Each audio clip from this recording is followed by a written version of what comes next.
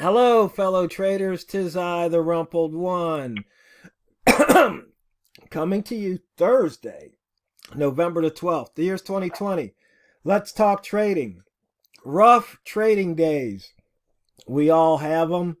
But just so you know, these videos are for educational purposes only, and your results may differ from mine. And I've got Walmal on the line. I should actually put that in the heading here. Walmal, we're having some rough trading days, aren't we? Yeah, I'm definitely having a rough day today. I mean, I'm up and I've more than made goal, which is great. But it's been a rough day. I mean, I've had to go and take 29 trades today. I'm looking at my trade report right now, and here's the sad thing about my trade report. My efficiency says I'm only 52.14%. That means that I'm basically only winning, over 2% more than I'm losing. That's pretty sad, but at the same time, I've made core, so I got to be happy, I guess, at the end of the day. But it's been hard to get there. And there were just so many times I jump into a trade, I went and did it properly, and the market just went against me. And we have days like that where the market just goes against you, And then there was, on top of that, I was saying this to TRO earlier. I just don't feel right for some reason. Maybe I shouldn't have been trading today. I don't know, because I just didn't feel right, and I got into two trades that put me into a mess that I had to go and trade my way out of, where they were just blunderhead type trades. I should not have been in that trade. Took them anyway, and had to go and trade myself out. And then I had one trade where the market just didn't smile on me very well, and so I had to trade out of that mess. So I had three trades in total that I had trade my way out of. But at the end of the day, there's money in the bank, and that's the positive side of the story. But the negative part of the story was, here it is. I've been trading now for basically 4 hours, and I'm exhausted. I'm just totally exhausted.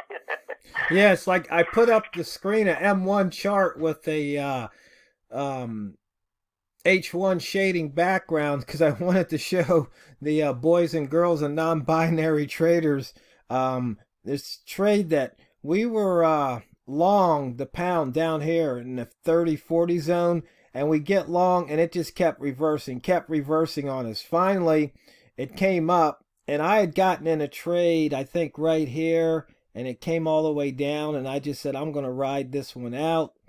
And then as soon as it popped its head right around this 41.7, I jumped out, then it fell back, and then it took off. And I'm like, oh man, talk about leaving 40 pips on the table, because you guys have heard me say it that the 40 level, between 40 and 50, this is the launching pad for the pound. It launches out of this area so many times, and then we get into the 60 zone where Walmal says, something's always happening here, and you can see right now it just seems to congest and consolidate, and right in this between 60 and 70 day after day. Yeah, it just seems that so often that from that 40 line, it just loves to launch up, and then it gets up to that 60, and then it even pop past it a little bit, but it comes right back to it, and it just loves to congest down on it, and it does that so often that it's sort of like, if you have a signal, I'm not saying that as soon as you hit 40, you immediately just go long on it, but if you've got everything else on your chart is lining up with, hey, this makes sense to take a long at 40, it probably would be a good thing to go and say, hey, I know I've got that magnet at 60 that price likes to get to, and we know that it loves to move away from 40. Yeah, and then there was another talk about a rough trading day. I believe it was right. Let's see, was it this candle? Was it this candle? For some strange reason, it's not showing me the high and low of the candle, so I'll have to do it this way. I went short somewhere around here at 61.7. I think it was right here off of this break. And you can see what happened. As soon as I went short, it went against me. And then I got short here again, and I punched out early. and then it came down to the exact same area, only to give about a blink of an eye chance just to get out with like .2 pips. I mean, it's just been rough. I mean, you know, here I took a short and then I got out and I only took like 1 point something pips, only to see it run another 11 or 12 pips, and I'm just like, what a rough day. But we have days like that, you know, and we just have to realize that that's part of trading. There are other days, I think it was Monday, where I think it was on the video with y'all, and it's just like two trades, and I made core, you know, and it was sort of like bam, bam, and you know, and so we have. So I was literally had made core, I think, if we recall correctly, in 11 minutes.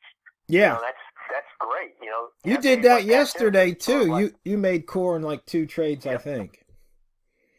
Yep. Yesterday was another day like that where I made core in 2 trades, and you know, so you know, it's sort of what we're doing here is, you know, this is not a money machine. Okay, we're not just going and pulling the lever at a casino and guaranteed to win every day, or guaranteed to win certainly not every trade. And you know, we got to remember this is actual work. You know, there are times where, you know, I'm in a trade, I'm getting hot, I'm getting sticky, I'm getting sweaty, I'm working hard work. You know, and you got to remember your brain is a muscle. You know, and so what happens is you can get exhausted from this, but you know, because it is work is hard.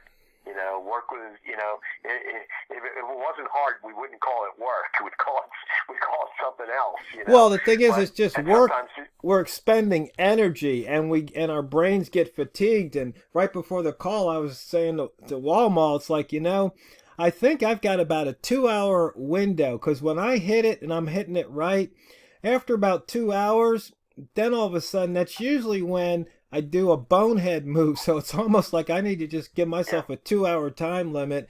And if I'm up at the end of those 2 hours, you know, it's just like, okay, take a break, or just, you know, stop trading, because usually I'll get too focused or too something, and I miss one thing, or I hesitate to take my pip when it gives me the chance, and the next thing you know, it reverses on me. And in fact, there's somebody posted a link to some other trader talking about what was it, about picking up pennies off of the railroad tracks or something, some kind of slightly snarky comment.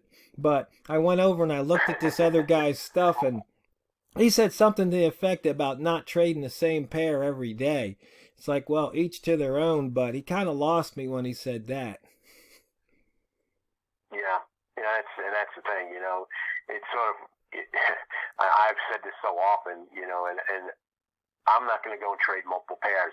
When I started, you know, I did that for years, and you know, and I was either losing or I was just breaking even, because I was not. You know, they're going to come across a little weird saying it this way, but I wasn't intimate with any particular pair. It's sort of, you know, imagine you have a girlfriend. You know, you can go and devote everything to her. You can devote everything to your wife. But what if you got 3 or 4 girls running? Oh man, that's a mess. That's always a mess. I never did that, you know, but I saw guys in high school, especially, going doing things like that, and there was always drama around them. And we don't want drama in trading. You know what I'm saying? I want a simple life. Yeah. So the pound dollar's your mistress, huh? Apparently, yeah. My wife probably would agree with that, because she says I spend more time with the pound dollar than with her. But I don't think that's true. But it's her way of teasing me.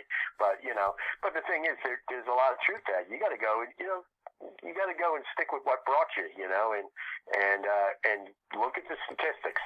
See when you can trade. Line those things up, you know, and when those things line up perfectly, then you'll make money. Yeah, and that's the important part. Yeah, and I'm just looking here this hour. I mean, you know, here was a Walmal trade. There's one trade here, short at the line. There's a trade here, short at the line. There's a third trade. There's a fourth trade. There's a fifth trade. There's 5 Walmal trades. And so even if you only took 2 pips on each one of those trades, that's 10 pips this hour. And the range Right. is 28 This pips. Yep. And, that was part of the way I went. I had said that I was in a mess earlier in this hour.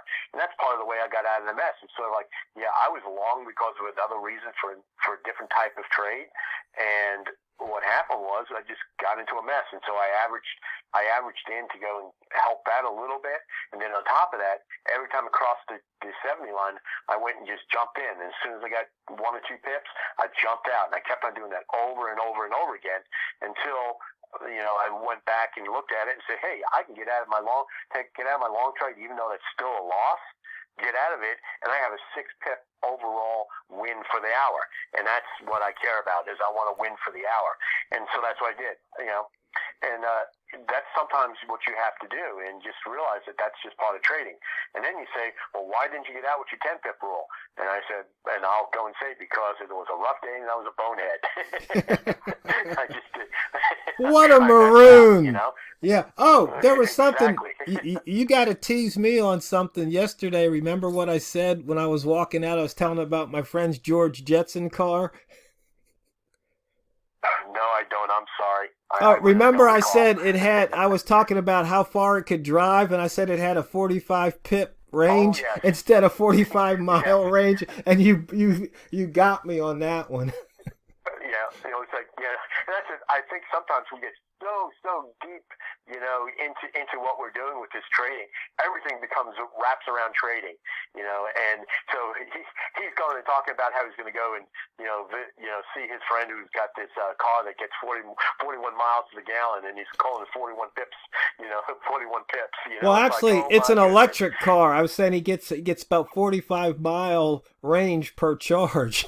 That's why I call it the George Jetson Mobile, because it's so quiet and just glides along.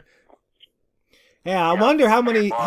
Okay, fellow traders, if you know what I'm talking about when I say George Jetson, do me a favor and put a reply in the comment. And if you don't put a reply, I want to see how many people know who George Jetson is. This will be interesting. But the whole getting back on topic a little bit, we need to go and just, on rough days like this, you got to trade your way out of it the best that you can. And if you get to the point where you say, you know what, I'm just making bad decision after bad decision, you know what, sometimes it's just better to go and hang up the cleats and just, you can get a loss for a daily column. That's okay. It's just that you can't have consistent daily losses. And because it's better to go and walk out of the day with, losing 10 pips or 20 pips for the day than it is to walk out of the day and you just made bad decision after bad decision because you're having a rough day. And next thing you know, you got 100 pips that you got to make up, or worse than that, you've depleted your entire account and now you're not even in the game anymore. Right. So, my piece of advice on, on rough days, just have a trigger. And just say, hey, this is my trigger, and do not violate your trigger. Don't violate your trigger under any circumstance. And, it's funny because earlier in the day, I had said, I'm having a bad day, and I was actually down like 3 pips. And I had just made a mental note that if I go and take another loss like that, I'm going to be down for like 9-10 pips for the day. Just walk away. And I didn't. I actually wound up getting a nice trade and picking up like 7.5 pips, 8 pips, something like that on it. And so now I was positive again. So I continued trading. Yeah. But, sometimes you just have to go and. Yeah, and then there was another bonehead trade that I was talking about when I was here. It was about 5 or 10 minutes before the top of the hour. I said I should just wait, because we were talking about when do you do this reversal. And the fastest 15-minute trade is up. But instead of waiting for this candle to close, I jumped in. And of course, you can see here it went down. I think I took a loss. And then I got back in. If had I waited, I would have nailed that trade. So that's just something else for you rat traders. And right now, the pound's in the rat zone. So, fellow traders, sometimes trading can be pretty rough. And, does the market make it rough or do you make it rough? You have to figure it out, because it's not what you trade, it's how you trade it. So go out there and drain the banks. This is TheRumpledOne, over and out.